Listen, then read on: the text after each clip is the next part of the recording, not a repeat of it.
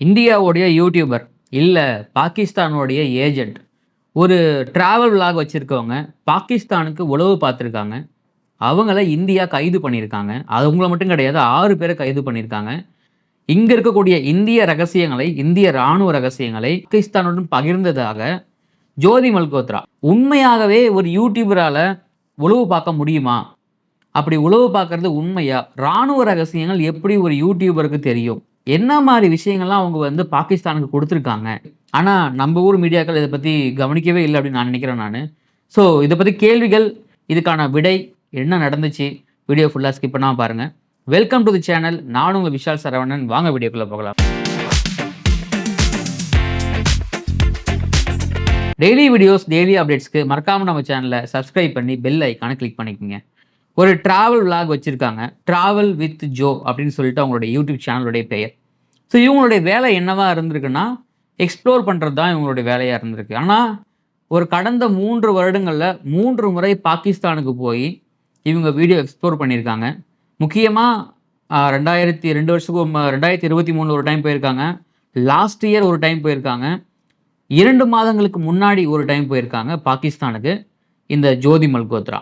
So இவங்க வந்து முக்கியமாக அங்கே போய் என்னென்னா, அங்கே பாகிஸ்தானில் இருக்கக்கூடிய மக்கள் எப்படி வாழ்கிறாங்க, அங்கே இருக்கக்கூடிய இந்துக்கள் எப்படி வாழ்கிறாங்க, அது எவ்வளோ சேஃபான கண்ட்ரி, அது மட்டும் இல்லாமல் இங்கே இந்தியாவில் பெரும்பான்மையாக அவங்க வீடியோ எடுத்துருக்கிற இடம் எல்லாமே பார்த்திங்கன்னா மணாலி, ஜம்மு அண்ட் காஷ்மீர், அதுக்கப்புறம் லடாக், இந்த மாதிரி பிரதேசங்கள், முக்கியமாக இந்தியாவுடைய எல்லை பகுதிகளில் போய் அவங்க நிறைய வீடியோக்கள் விளாக் பண்ணியிருக்காங்க.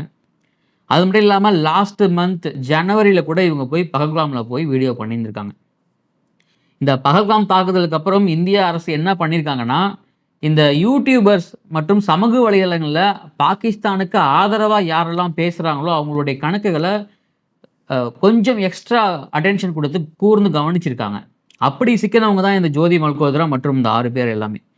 ஸோ அப்போது இவங்க வந்து தொடர்ந்து அவங்க சமூக வலைதளங்களில் இன்ஸ்டாகிராம், டெலகிராம், ஃபேஸ்புக், யூடியூப் அப்படின்னு வாட்ஸ்அப், இந்த மாதிரி என்னென்ன வலைதளங்களில் வந்து அவங்களுக்கு எப்படிலாம் அவங்களுடைய விஷயங்களை பண்ண முடியுமோ, அதாவது பாகிஸ்தானுக்கு ஆதரவாக நிறைய மெசேஜ், நிறைய இன்ஃபர்மேஷனை அவங்க சோஷியல் மீடியாவில் ஷேர் பண்ணியிருந்திருக்காங்க.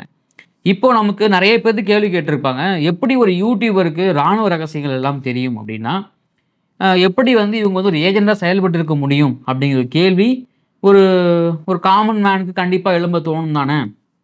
இப்போ என்னென்னா, இப்போ நம்ம ஊரில் இருக்கோம். இந்த ஊரில் இந்த இடத்துல போலீஸ் ஸ்டேஷன் இருக்குது. அந்த ஸ்டேஷன் வந்து இத்தனை மணிக்கு இயங்கும், இத்தனை போலீஸ் ஒர்க் பண்ணுறாங்கங்க, இந்த இடத்துல செக் போஸ்ட்லாம் இருக்குது, இந்த இடத்துல வந்து பாதுகாவலர்கள் இருக்காங்க அப்படின்னு ஒரு சில இன்ஃபர்மேஷன்லாம் நம்ம ஊரில் இருக்கிறவங்களுக்கு தெரியும். ஆனால் இதுவே வந்து ஒரு ட்ராவல் விலாக் எடுக்கிறவங்க இதை பற்றிலாம் பேசுவாங்கன்னு கேட்டால் கண்டிப்பாக அது பேச மாட்டாங்க. ஏன்னா ட்ராவல் விலாக் எடுக்கிறவங்களுடைய நோக்கம் என்னவாக இருக்கும்னா, இப்போ நம்ம ஒரு ஊருக்கு போகிறோம் அப்படின்னா அந்த ஊரில் ரொம்ப பிரபலமான விஷயங்கள் என்ன, அதை நம்ம எக்ஸ்ப்ளோர் பண்ணி பார்க்கலாம் அப்படி தான் தோணும் நமக்கு. ஸோ அதை விட்டுட்டு அங்கே செக்யூரிட்டியோடைய பிரச்சனை, அங்கே இருக்கக்கூடிய லோக்கல் போலீஸ், அங்கே இருக்கக்கூடிய இராணுவத்துடைய இடங்கள், இது எல்லாமே நம்ம தெரிஞ்சுக்க வேண்டிய அவசியம் கிடையாது. நம்ம ஜம்மு அண்ட் காஷ்மீருக்கே போனாலுமே அங்கே இருக்கக்கூடிய பிரபலமான இடங்கள் சுற்றி பார்த்துட்டு அதை என்ஜாய் பண்ணிட்டு தான் வருவோம். ஆனால் இவங்களுடைய வேலை என்னவாக இருந்திருக்குன்னா, முக்கியமான இடத்துல இருக்கக்கூடிய முக்கியமான விஷயங்களை பாகிஸ்தானுக்கு ஃபஸ்ட் டைம் போயிருக்காங்க. 2023 போயிருக்கும் பொழுது அங்கே இருக்கக்கூடிய ஒரு உளவுத்துறை அதிகாரியோட இவங்களுக்கு தொடர்பு ஏற்பட்டிருக்கு. அந்த உளவுத்துறை அதிகாரி மூலியமாக இவங்க கடந்த 2-3 வருடங்களாக நிறைய தகவல்களை இங்கேருந்து அனுப்பியிருக்காங்க. நிறைய பணமும் பெற்றிருக்காங்க. அது மூலியமாக அந்த பண பரிவர்த்தனையும் நடந்திருக்கு. இங்கேருந்து, அதாவது அவங்க அங்கேருந்து அனுப்புகிற பணத்தை இங்கே அவங்க டிஸ்ட்ரிபியூட் பண்ணுறது, இங்கே வந்து இருக்கக்கூடிய அங்கே உளவாளிகளுக்கு இவங்க உதவி பண்ணுறது, அது மட்டும் இல்லாமல் நிறைய சென்சிட்டிவான விஷயங்கள், நிறைய டாப் சீக்ரெட்ஸான விஷயங்கள் எல்லாத்தையுமே வந்து இவங்க மூலியமாக அவங்க அந்த உளவுத்துறை அதிகாரிகளுக்கு ஷேர் பண்ணியிருந்திருக்காங்க. ஸோ இவங்க ரொம்ப நாளாக நம்மளுடைய இந்தியன் என்ன பண்ணியிருக்காங்க, நம்மளுடைய இந்தியன் ஆர்மியும் சரி, நம்மளுடைய இந்தியன் உளவுத்துறையும் என்ன பண்ணியிருக்காங்கன்னா, இதை வந்து ரொம்ப க்ளோஸ்டாக வாட்ச் பண்ணிகிட்டே இருந்திருக்காங்க. 1000க்கும் மேற்பட்ட கணக்குகள் முடக்கப்பட்டிருக்கு. அதாவது பாகிஸ்தானுக்கு ஆதரவாக பேசக்கூடிய ஆயிரக்கணக்கான கணக்குகள், அதாவது சோஷியல் மீடியா கணக்குகள் முடக்கப்பட்டிருக்கு. இப்போ தொடர்ந்து வாட்ச் பண்ணிகிட்டே இருக்கும்போது இவங்க லாஸ்ட்டு ஒரு 2 மந்த்ஸ்க்கு முன்னாடி, முக்கியமாக ஜானில் அந்த பஹல்காம் போனது இவங்க மூலயமா நிறைய இன்ஃபர்மேஷன் ஷேர் பண்ணியிருக்கிறதால, ஸோ இந்த அட்டாக் வந்து இவங்க மூலியமாக தான் பிளான் பண்ணியிருக்காங்க அப்படிங்கிற ஒரு கோணத்தில் விசாரணை பண்ணியிருக்காங்க. அந்த விசாரணையில் ஜோதி மல்கோத்ரா என்ன சொல்லியிருக்காங்க அப்படின்னா, உண்மையை ஒத்துக்கொண்டிருக்காங்க. பாகிஸ்தானுக்கு நாங்கள் உளவு பார்த்தோம் அப்படிங்கிற உண்மையை ஜோதி மல்கோத்ரா மற்றும் அந்த 6 பேர் கைது பண்ணாங்க இல்லைங்களா, அந்த ஹரியானா மற்றும் பஞ்சாபை சேர்ந்த 6 பேர் கைது பண்ணாங்க.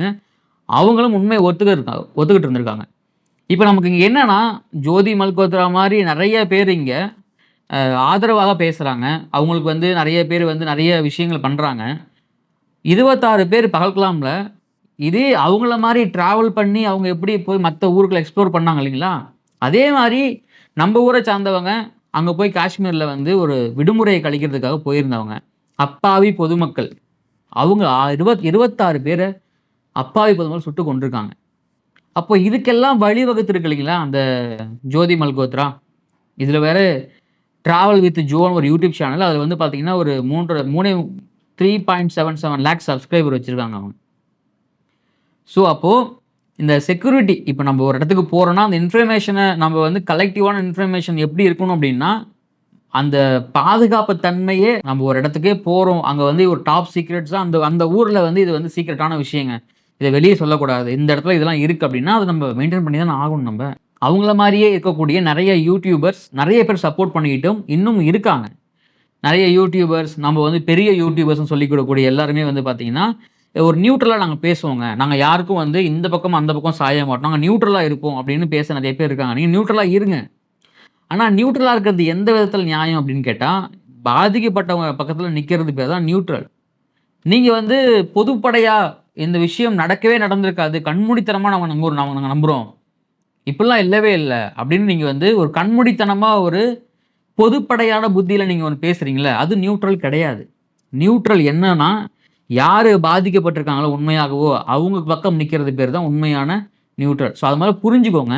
நம்ம வந்து ஒரு விஷயத்தை வந்து வேணும்னே இப்போ வந்து ஒரு ஒரு ப்ரொபகண்டா பண்ணுறோம், இவங்களை வந்து உண்மையாகவே இவங்களை வந்து நம்ம குறை சொல்லணும், இவங்கனாலே கெட்டவங்க தான்ப்பா அப்படின்லாம் யாருமே வந்து இங்கே பேச ரெடியாக இல்லை.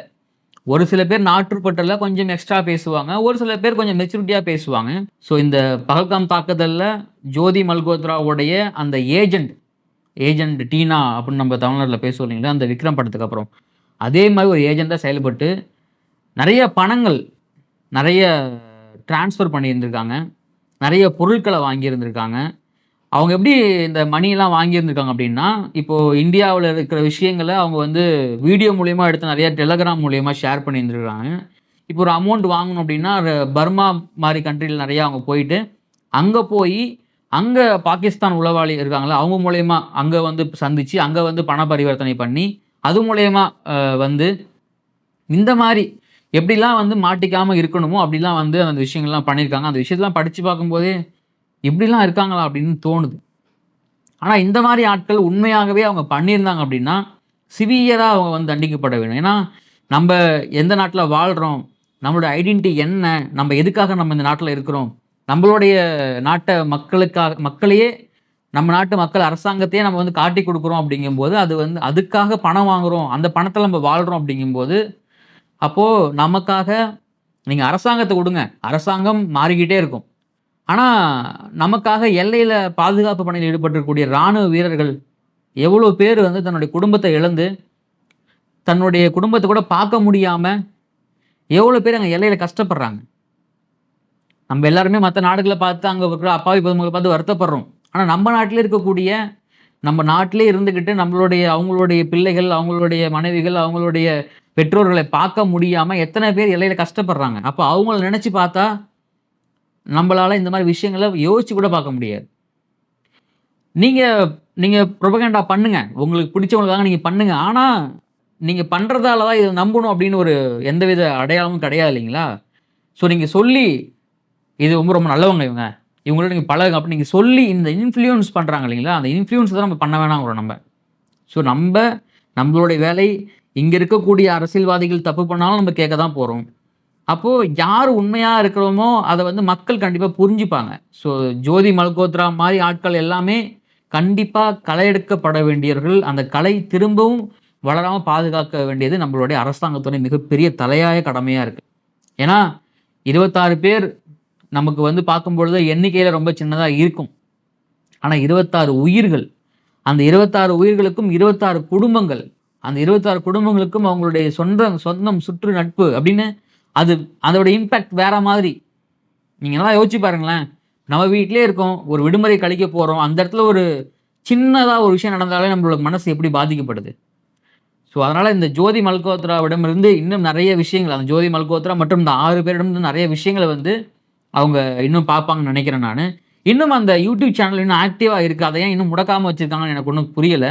ஏன்னா செய்திகளில் படிக்கும் பொழுது அவங்க வந்து உண்மையை ஒத்துக்கிட்டாங்க, அவங்க வந்து போனது எல்லாமே உண்மையை ஒத்துக்கிட்டாங்க, அவங்களே வந்து வாக்குமூலம் கொடுத்துருக்காங்கன்னு சொல்கிறாங்க. ஆனால் அவங்க யூடியூப் சேனல் எல்லாமே அலைவாக இருக்குது. ஒருவேளை குறிப்பிட்ட வீடியோக்களை மட்டும் அவங்க பேன் பண்ணியிருக்காங்களா, இல்லை அந்த யூடியூப் சேனலே பேன் பண்ணுவாங்களா அப்படின்னு தெரியல. ஆனால் என்னை பொறுத்த வரைக்கும் அது உண்மையாக இருந்தால் கண்டிப்பாக அதெல்லாம் முடக்கி அதனுடைய உடனடியாக அழிக்கப்பட வேண்டிய விஷயங்கள் அது எல்லாமே. ஒரு தப்பான முன்னுதாரணம் கூட அது. ஸோ இந்த ஜோதி மல்கோத்ரா விஷயங்களில் அடுத்தடுத்து என்ன நிகழ்வு நடக்க போகுது, இது மாதிரி இன்னும் எத்தனை பேருடைய யூடியூபர் சமூக வலைதளங்கள் இருக்கக்கூடிய எத்தனை பேர் ஏஜெண்டாக இருக்காங்க, அவங்களாம் எப்படி நம்ம அரசாங்கங்கள் உளவுத்துறைகள் பிடிச்சு உண்மையை வர வைக்க போகிறாங்க அப்படின்னு பல தகவல்கள் இன்னும் வரும் நாட்களில் செய்திகளாக வரும்பொழுது அந்த செய்திகளை உங்களுக்கு நான் உண்மையாக நேர்மையாக கொடுக்க ரெடியாக இருக்கேன். அதுக்கு நீங்கள் பண்ண வேண்டிய ஒன்று தான், மறக்காம கொஞ்சம் சப்ஸ்கிரைப் பண்ணிவிடுங்க. ஜோதி மல்கோத்ரா விஷயத்தில் உங்களுடைய கருத்து என்ன? ஸோ இந்த கருத்துக்கள் கமெண்ட்டில் பதிவு பண்ணுங்கள். இந்த வீடியோ பிடிச்சிருந்தா உங்கள் ஃப்ரெண்ட்ஸுக்கு ஷேர் பண்ணுங்கள், லைக் பண்ணுங்கள். நான் உங்கள் விஷால் சரவணன். நன்றி, வணக்கம்.